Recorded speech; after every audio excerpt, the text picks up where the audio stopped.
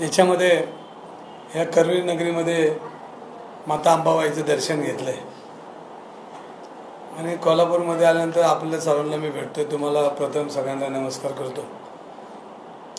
आणि पुणे शहर आता मुंबईच्या घरोघर पुणे शहराची व्याप्ती मोठी होती आणि पुणे शहर विद्येचं माहेरघर आहे आणि या विद्येच्या माहेरघरामध्ये अनेक मुलं मुली शिक्षणासाठी पुण्यात येत आहेत, अनेक तरुण व्यवसायासाठी येत आहेत आणि मग ह्या सगळ्या पुणे महाराष्ट्रातील आणि महाराष्ट्राच्या बाहेर सर्व विद्यार्थी आणि नोकर वर्ग पुण्यामध्ये राहतोय आज.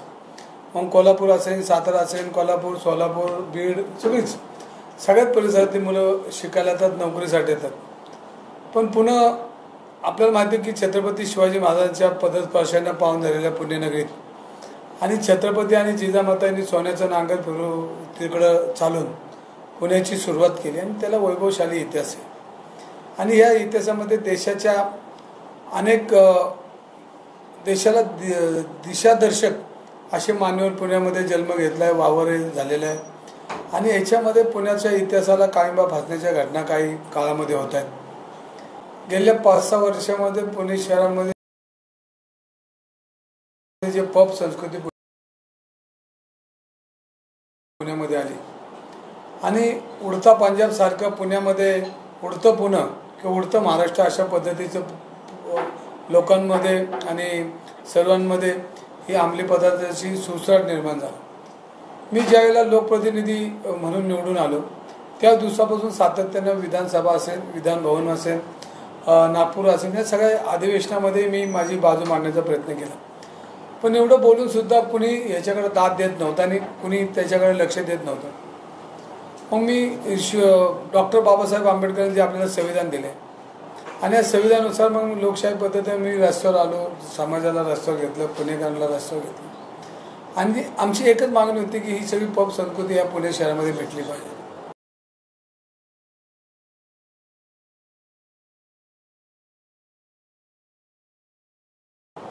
आणि माझ्या पुण्यातील सर्व लोक चांगले राहिले पाहिजे, मुलं चांगली राहिले पाहिजे. कारण ही आता मुलं आमची उमलती फुलं आहेत, पण ती कोमजायचं काम ही पब संस्कृती अंमली पदार्थ करतात.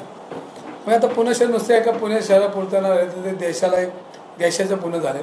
याच्यामध्ये पुण्यामध्ये देश दिसतो, म्हणजे सगळीकडची मुलं त्या ठिकाणी येतात. मला अनेक शहरातून फोन येतात की आमची मुलं पुण्यामध्ये शिकत आहेत आणि पुण्यामध्ये शिकत असताना आमच्याकडे भीतीचं वातावरण निर्माण झालं. पण तुम्ही रस्त्यावर आल्यानंतर आम्हाला असं वाटतंय की कोणतरी आपल्या मुलांची बाजू घेते. म्हणजे हे काम करताना लोकांच्या लक्षात येतं की आता लोकांनी रस्त्यावर आलं पाहिजे. जो अपघात झाला आणि त्या अपघातामध्ये 2 मुलं मृत्युमुखी पडली, ते अभियंता होती आणि ते मध्य प्रदेशची होती आणि दोन्ही मुलं नोकरी करत होते. त्यांच्या नोकरीला करत असताना त्यांच्या घराचा आधार ती 2 मुलं होती आणि ती मुलं ज्या पद्धतीने अपघात झाला आणि ती मुलं ससूनच्या आवारामध्ये त्यांचा मृत्यू असताना ह्या आमच्या सिस्टीमने पैसे खाऊन पोलिसांनी त्याच्यामध्ये 2-2 एफआयआर लिहिल्या गेल्या आणि 2-2 एफआयआर लिहिल्यानंतर त्याच्यामध्ये एका एफआयआरमध्ये त्यांना सोडून देण्यात आलं.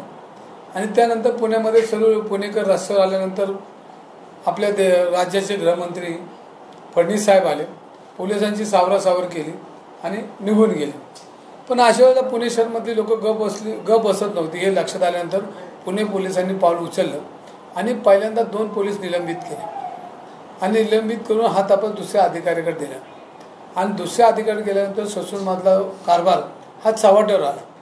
कारण आम्ही पहिल्या दिवसापासून म्हणत होतो की ह्याच्यामध्ये गोलबंगाल झाले, ह्याच्यामध्ये चुकीची लोक हेही तपास करतायत आणि म्हणून ती सुई अजय तावरे जे डॉक्टर आहेत यांच्याकडे ही सुई वळली आणि त्याच्यानंतर तपासामध्ये त्यांच्यावर इतके गंभीर त्यांनी त्या ठिकाणी कार्यभाग केला. म्हणजे रक्त फेकून देण्यापर्यंत आणि आरोपीचं रक्त न घेता दुसऱ्याचं रक्त घेतं, इतक्या प्रचंड प्रमाणात गंभीर स्वरूपाचा तो गुन्हा त्यांनी केला आणि पोलिसांनी त्यांना अटक केली. जे तपास अधिकारी होते त्यांच्याबद्दल थोडा मला अभिमान वाटतो की त्यांनी तपासाची दिशा योग्य ठिकाणी नेलेली.